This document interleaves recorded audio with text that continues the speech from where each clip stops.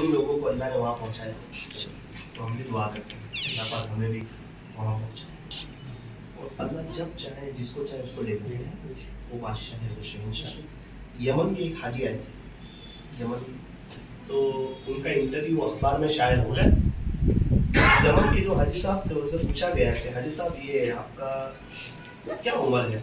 बोले 120 साल। अच्छा, ये कौन सा हज है?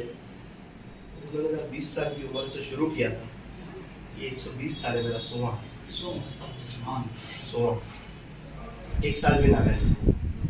फिर तीसरा सवाल पूछा, उस जमाने में चूंकि इतना सब इंतजाम नहीं होता था सवारी वगैरह का। तीसरा सवाल पूछा कि आपने सब सफर सवारी पर किए या पैदल किए? तो उन्होंने फरमाया कि 80 सफर पैदल किए और 20 सफर सवारी पर किए। तो मेरा अंदाज है कि आखिरी 20 सफर सवारी पर किए। तो असल जो बात थी कि वो यमन के हाजी साहब की नज़र अपने बिजनेस पर, अपने जेब पर नहीं थी, उनकी नज़र अल्लाह के खजाने पर थी। और जिसकी नज़र अल्लाह के खजाने पर हो, उम्मीद है कि अल्लाह उसको बार बार उठाएगा। अक्सर अल्लाह वाले, अभी देखो आप बार बार जा रहे हैं, एक शख्स मुझे मिले, कहने लगे मौलाना वहाँ जाना था, हरमैन शरीफ है, बिल्कुल तैयारी थी, मेरे पास रकम भी बहुत थी, उस हद से मैं खर्च भी कर सकता था, लेकिन अल्लाह ही बेहतर जानता है, लॉकडाउन हो गया, मैं जा नहीं सकता। मैंने कहा कि मौलाना साहब, आपको भी यकीन हो गया होगा कि कोई शख्स पैसे से नहीं जा सकता, अपनी वुसअत के साथ नहीं जा सकता। हमारे नवसारी में एक चचा है, वो अंडे बेचते हैं। तो मुझे किसी ने कहा कि ये चचा उम्रा करके आए। मेरे एक दोस्त उनके पास गए और उनसे पूछा कि चचा आप उम्रा करके आए? बोले जी हाँ। कैसे गए? कौन? अल्लाह ले गया, चला गया। वजह क्या बनी, जरिया क्या बना? अंडे बेच के गया। शायद आपको तो किसी ने भेजा होगा। बोले नहीं, मुझे मेरा अल्लाह ने भेजा, अंडे बेच के गया। तो ऐसे असल ये है कि हमारी बहुत बड़ी गलती क्या है पता है? हमें सब हज का महीना है और सब हाजी जाने की तैयारी है। हमें कोई पूछे इस साल आपका इरादा है हज का? नहीं, इस साल मेरा कोई इरादा। क्या बोलते? इस साल तो कोई इरादा नहीं, सेटिंग ही नहीं है। अल्लाह बुलाएगा तो जाएगा। एक काश यूं कहता कि मेरा पूरा इरादा है और बहुत हाजिरी की तमन्ना है, लब्बैक का इंतजार। क्योंकि जो हाथी देता है ना, वो हाथी को हाथी की खुराक भी देता है।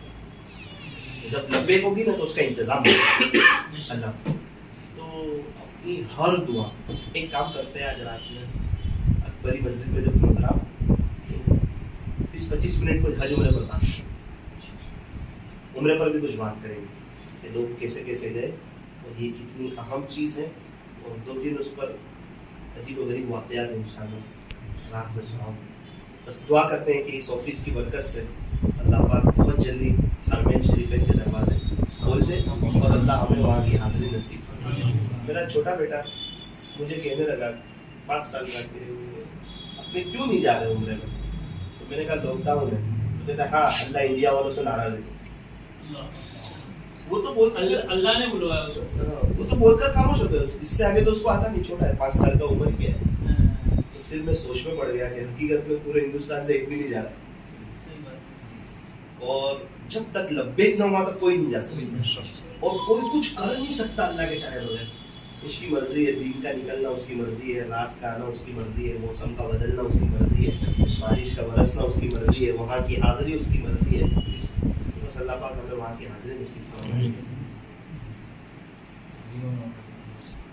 और बाजू में गर्मी थी और यहाँ एसी है, तो जब भी एसी में बैठे तो दुआ करनी चाहिए, अल्लाह जी दुनिया की एसी में अच्छा लगता है, क़यामत के दिन अपने अर्श का साया भी नसीब करें, क्योंकि वहाँ बहुत ज़्यादा एसी की ज़रूरत है।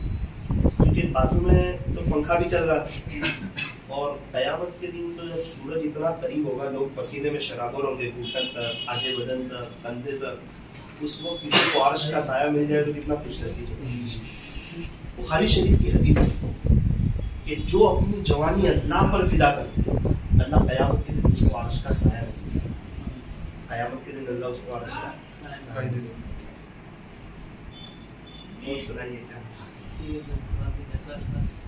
दुआ करवाला मौलाना मुख्तार सर। الحمد للہ رب العالمین صلی اللہ علی حبیب محمد وآلہ وسلم لا الہ الا انت سبحانک انا کنا من الظالمین.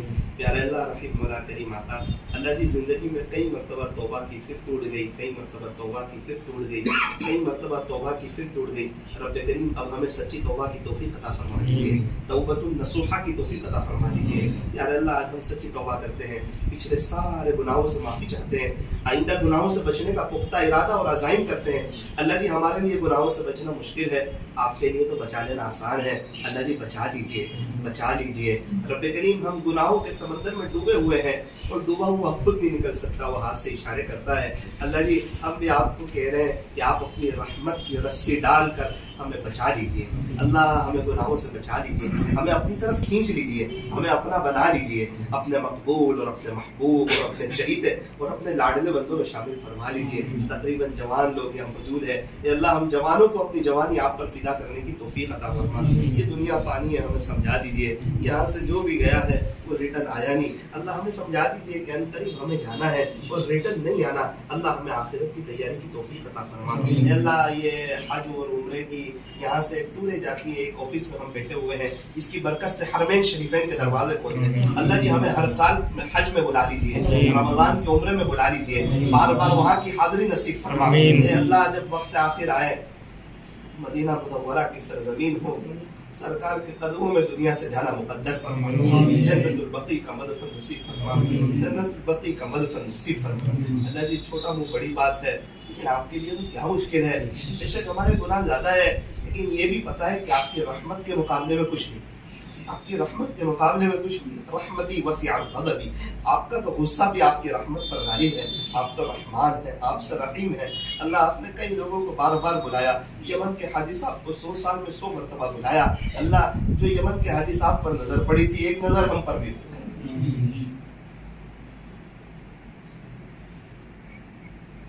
اللہ اس آفس میں خوب خیر و برکت عطا فرما, رحمتیں عطا فرما, انہیں برکتوں والی حلال روزی عطا فرما.